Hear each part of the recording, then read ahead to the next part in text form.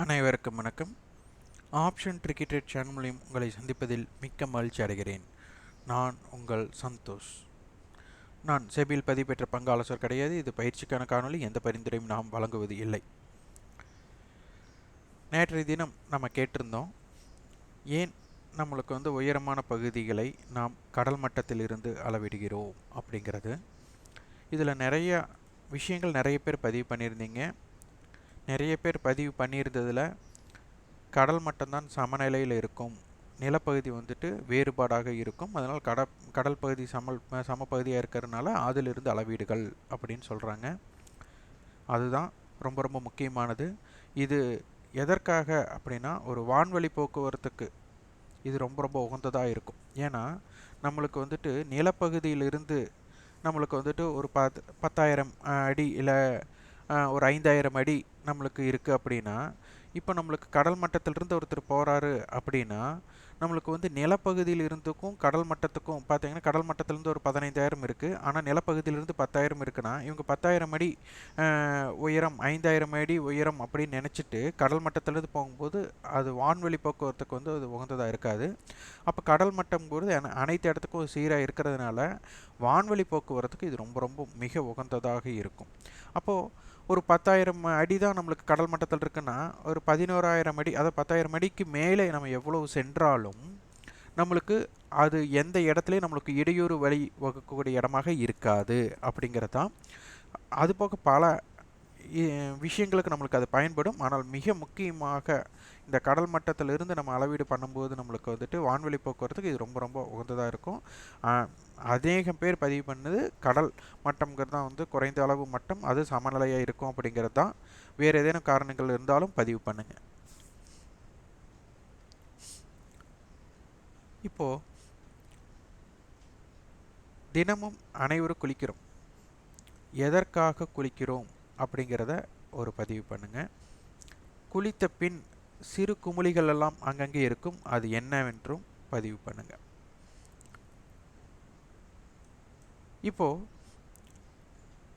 நம்ம கடல் மட்டத்துக்கு சொன்னது வான்வெளி போக்குவரத்துக்கு அந்த உயரத்திற்கு மேலே எந்த இடையூறும் இருக்காதுன்னு சொன்ன மாதிரி, இங்கேயும் நம்மளுடைய அளவீடுகளை ஒரு அளவுக்கு நம்ம கணக்கீடு செய்து அதற்கு மேல் வந்தால் நம்மளுக்கு அதற்கு உண்டான நம்ம ப்ராபபிலிட்டி ஆஃப் சான்சஸ் என்ன நடக்கிறதோ அதனை முயற்சி தான் செய்யணும். நட்டம் ஏற்பட வாய்ப்பாக இருந்தாலும் நட்டத்தை ஏற்றுக்கொள்ளும் மனப்பான்மையுடன் வர்த்தகம் செய்யணும் அப்படிங்கிறது தான் இதனுடைய மிக முக்கியமே.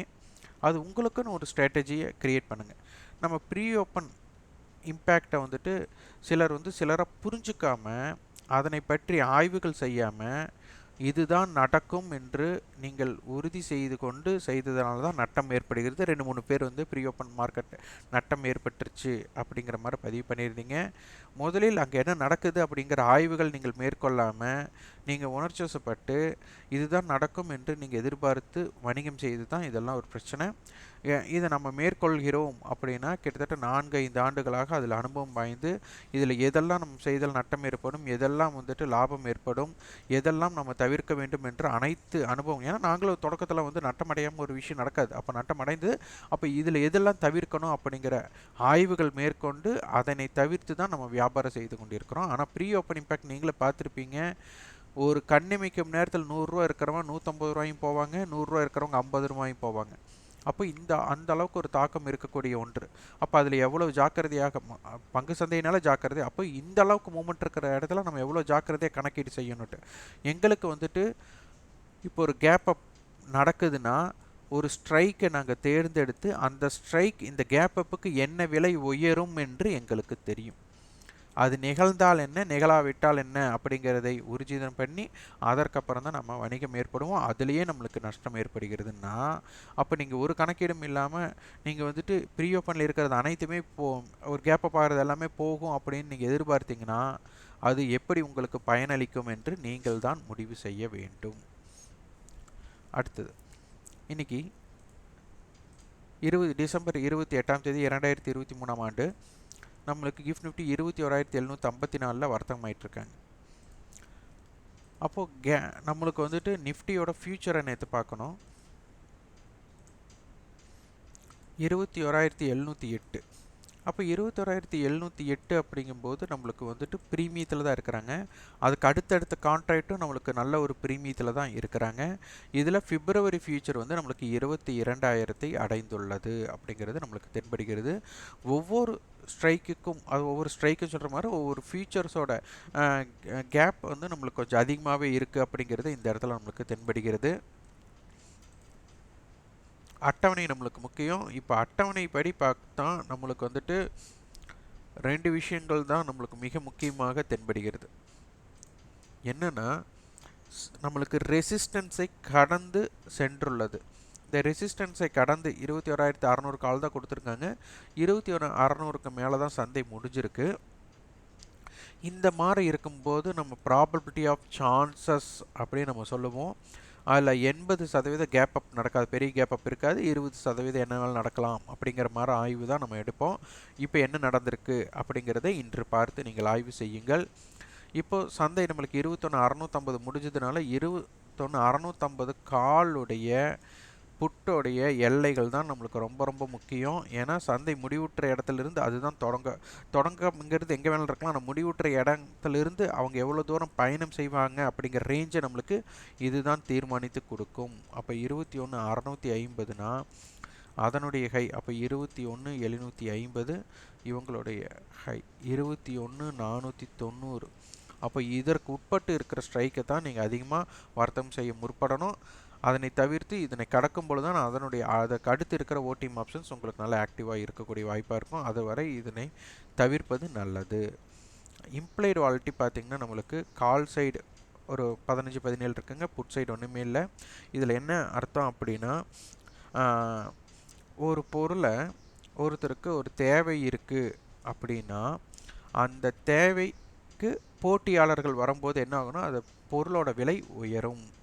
இப்போ நம்ம சொல்லியிருக்கிறோம், ஒரு வங்கிக்கு நம்ம சென்றால், அதாவது வங்கி அலுவலர்களே உங்களுக்கு ஃபோன் செய்து தொலைபேசியில் அழைத்து உங்களுக்கு கடன் வழங்குவதாக சொன்னால் என்ன சொல்லுவாங்க, நம்மளுக்கு வந்துட்டு உங்களுக்கு எந்த டாக்குமெண்ட்ஸும் வேண்டாம், உங்களுக்கு டாக்குமெண்ட் சார்ஜஸ் இல்லை, வட்டி குறைவு, ப்ரீ க்ளோசிங் சார்ஜஸ் இல்லை, அப்படி இப்படின்னு ஏகப்பட்ட சலுகைகள் கொடுப்பாங்க. இதே உங்களுக்கு கடன் தேவை என்று நீங்கள் வங்கி அலுவலகத்தை அடைந்து விட்டால் உங்கள்கிட்ட அவங்க கேட்கக்கூடிய டாக்குமெண்ட் இல்லைன்னா அதற்கு உண்டான ரிஸ்க் ப்ரொஃபைல்னு வட்டி ஏற்றிட்டே இருப்பாங்க.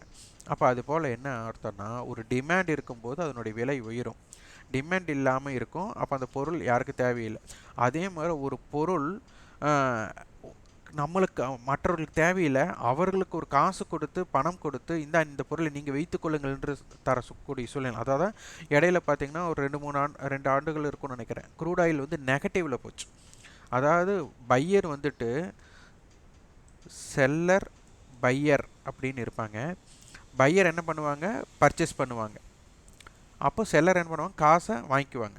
ஆனால் செல்லர் வந்துட்டு பையருக்கு காசு கொடுத்து இந்தாப்பா பொருள் வச்சுக்கோ அப்படின்னு சொல்கிற சூழ்நிலை வரக்கூடிய வாய்ப்பே இல்லைன்னு நினைத்த இடத்துல தான் க்ரூட் ஆயில் வந்து நெகட்டிவில் போனதுக்கப்புறம் இந்த மாதிரி செயல் நடைபெற்றது.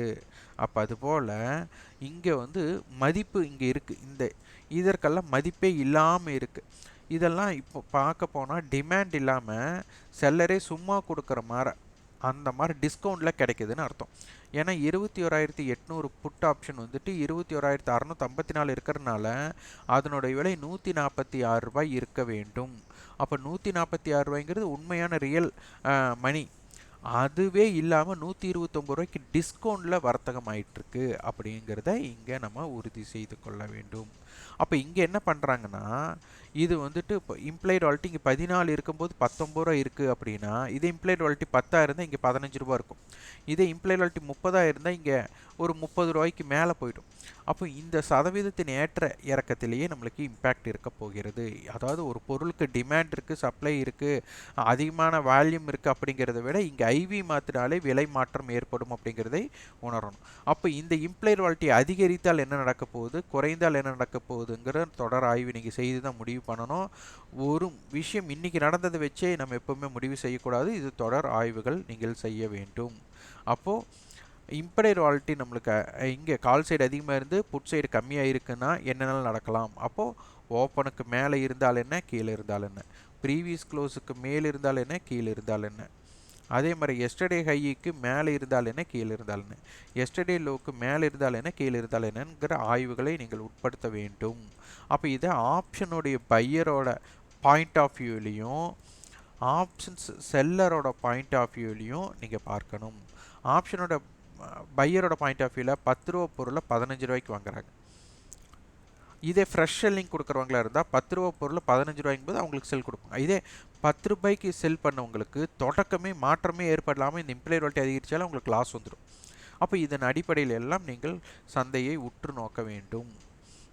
அடுத்தது பேங்க் நிஃப்டி. ஏன்னா இன்னைக்கு மந்த்லி கான்ட்ராக்ட் க்ளோசிங்.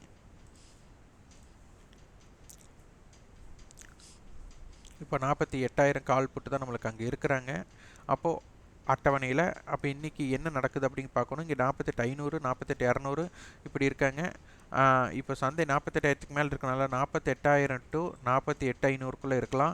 48,500 கால் 135 ரூபாய் அப்படின்னா 48,635 அப்படிங்கிறது மிக முக்கியமான லெவலாக இருக்கும். அதே போல் இந்த இடத்துல ஆப்ஷன் சைடில் இம்ப்ளைடு வாலட்டிலிட்டி கால் சைடு நிஃப்டியில் எப்படி இருக்கோ அதே போல் இங்கேயும் புட் சைடை விட அதிகமாக இருக்கிறது. அப்போது என்ன நடக்கிறது என்று ஆய்வுகள் மேற்கொள்ளுங்கள். இந்த காணொலி உங்களுக்கு பயனுள்ளதாக இருந்தால் லைக் பண்ணுங்கள், ஷேர் பண்ணுங்கள், சப்ஸ்கிரைப் பண்ணுங்கள். கண்டிப்பாக உங்கள் ஃபீட்பேக்கை கமெண்ட் பாக்ஸில் பதிவு பண்ணுங்கள். நன்றி, வணக்கம்.